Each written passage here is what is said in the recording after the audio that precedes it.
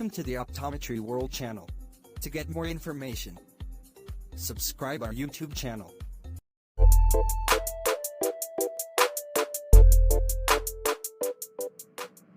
Welcome to the Optometry World. Today we discussed about diabetic retinopathy. Do you know what is diabetic retinopathy? People with diabetes can have an eye disease called diabetic retinopathy. Good. I will explain detailedly. Okay. The high blood sugar levels cause damage to blood vessels in the retina. These blood vessels can leak, or they can stopping blood from passing through. Sometimes abnormal new blood vessels grow on the retina. All of these changes can steal your vision. Okay, what are the stages of diabetic retinopathy? There are two main stages of diabetic retinopathy. The first one is non-proliferative diabetic retinopathy. This is the early stage of diabetic eye disease. With NPDR, tiny blood vessels leak, making the retina swell. When the macula swells, it is called macular edema.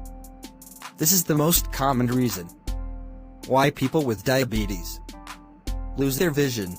Okay, what is the second stage? Well, the second stage is proliferative diabetic retinopathy. Okay then. What are the differences between them? Proliferative diabetic retinopathy is the more advanced stage of diabetic eye disease. It happens when the retina starts growing new blood vessels. This is called neovascularization. These fragile new vessels often bleed into the vitreous. If they only bleed a little, you might see a few dark floaters. If they bleed a lot, it might block all vision. Okay, what are the symptoms of diabetic retinopathy? The first one is seeing increasing number of floaters. The second one is having blurry vision. The third one is seeing dark areas in your field of vision. The fourth one is having poor night vision. And the fifth one is noticing colors appear faded or washed out, losing vision.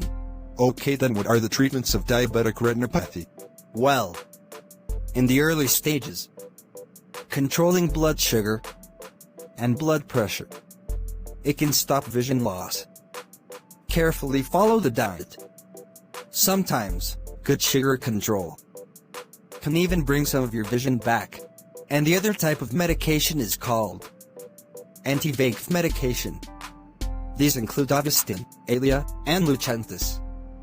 Anti-VEGF medication helps to reduce swelling of the macula.